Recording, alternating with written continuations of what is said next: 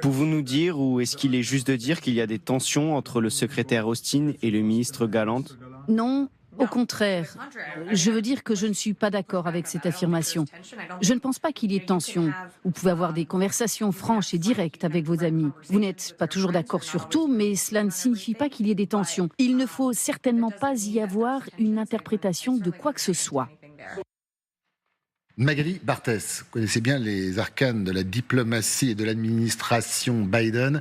Réponse embarrassée quand même, parce qu'on y croyait. On était ensemble hier à la même heure dans cette même émission et on en parlait et on se disait voilà, ça va peut-être avancer. Voilà un rendez-vous qui tient. Qui peut être clé parce que, en effet, voilà une occasion pour le Pentagone, en effet, d'essayer de peser sur le calibrage, en tous les cas, de la riposte israélienne. Et c'est vrai que tout a été annulé très soudainement. Alors, les infos qui remontent dans la presse américaine, c'est qu'en fait, c'est Netanyahou qui a expliqué à son ministre Gallant qu'il n'était pas question qu'il aille aux États-Unis voir son homologue Lloyd Austin, tant qu'il n'aurait pas une conversation, lui, Netanyahou, avec Joe Biden.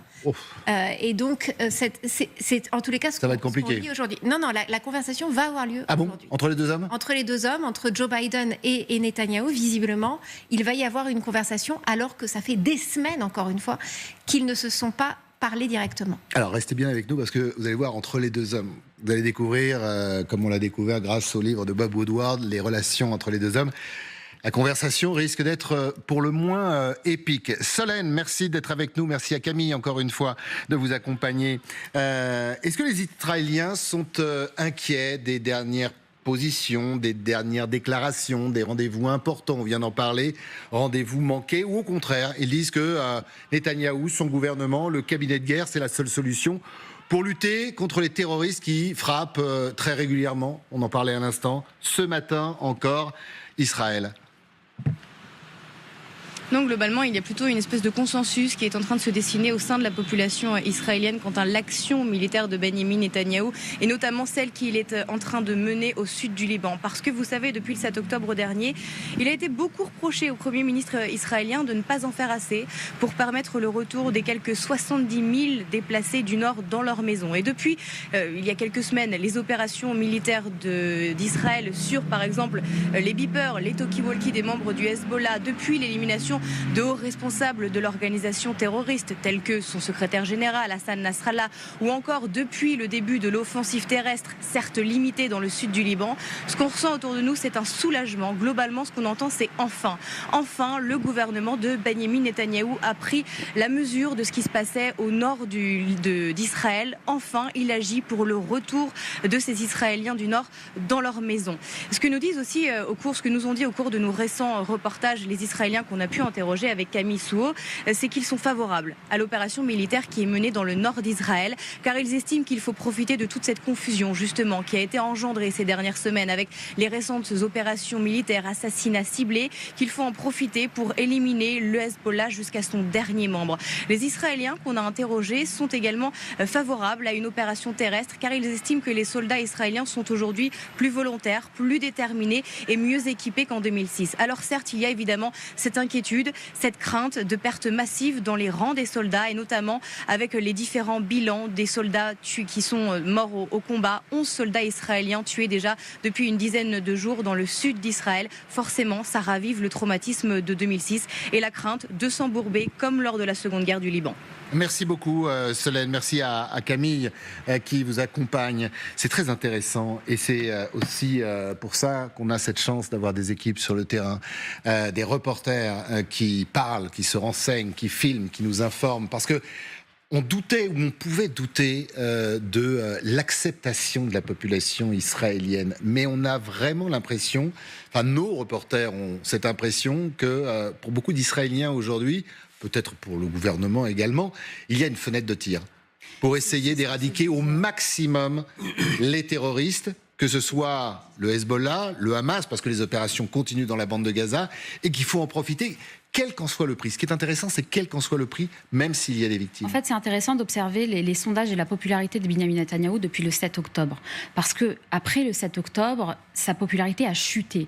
Il y avait vraiment l'idée qu'il incarnait l'échec d'Israël quant à la protection de la population en ce jour de pogrom, quant à l'échec aussi des services de renseignement.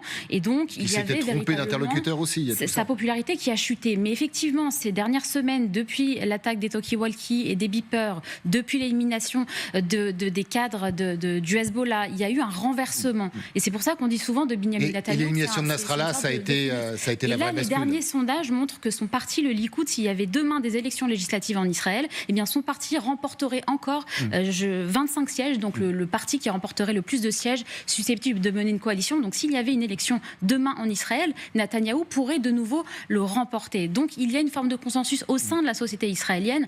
Maintenant, effectivement, ce qui était très intéressant, c'est de voir qu'il y a des divergences avec les Américains, parce que les intérêts des Israéliens ne sont pas du tout ceux des Américains dans cette affaire, et encore moins ceux de Joe Biden, qui, vous le savez, est en fin de mandat, et il a un bilan à tenir, il a un bilan à présenter, et lui, si vous voulez, ce qu'il aimerait par-dessus tout, c'est régler la situation avant de pouvoir de laisser la place à son ou sa successeur. Alors, moins de 30 jours avant le scrutin, vous y serez, Magali, comme beaucoup de nos équipes. Et en janvier, Joe Biden, quoi qu'il en soit, partira de la Maison-Blanche. Ce sera Kamala Harris ou un certain Donald Trump. On en parlera, le meilleur ami de Vladimir Poutine. Je ne vous dis que ça. Il y a quand même quelque chose qui a changé. Par les terroristes, ils ont changé. Israël, Solène nous le disait, a changé. On n'est plus en 2006.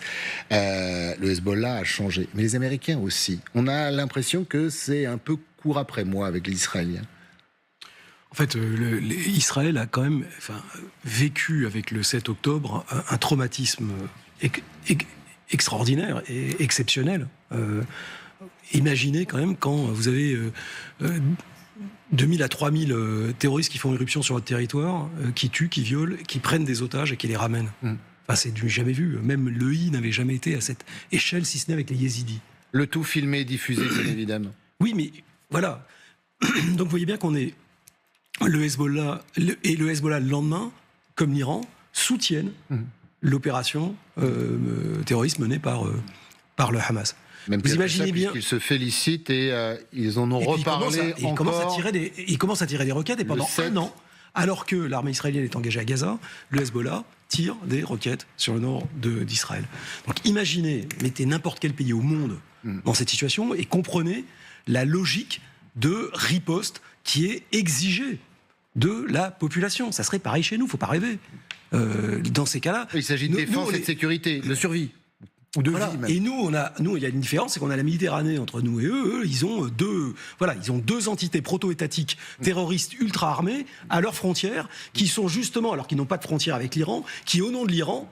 Et le 7 a démontré aux Israéliens qu'il n'y avait pas de frontière. Voilà, donc les Américains, eux, ils ont et la Méditerranée et l'Atlantique. Nous, on a la Méditerranée. Donc on est déjà plus impactés, les Américains moins encore. Donc nous, on a une vision, et c'est évidemment un peu plus...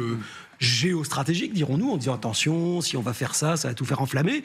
D'où les déclarations de notre ministre des Affaires étrangères. Et bien sûr. Et eux qui se disent, attendez, d'abord, on règle le problème de ces gars à nos frontières et après on discute. Voilà. Et nous, on essaye de... Donc c'est là-dessus que les choses, que les gens se comprennent pas et qu'il y a un problème entre les États-Unis qui, eux, gèrent un équilibre régional où ils ont quand même déployé, rappelez-vous, 2 groupes aéronavals avec les porte-avions aux portes de l'Iran. Donc c'est pas comme s'ils faisaient rien. Ils sont intervenus pour essayer d'intercepter. Mais vous voyez bien que stratégiquement, eux, c'est un des éléments d'équilibre de leur politique internationale avec l'Ukraine, avec la Chine et Taïwan.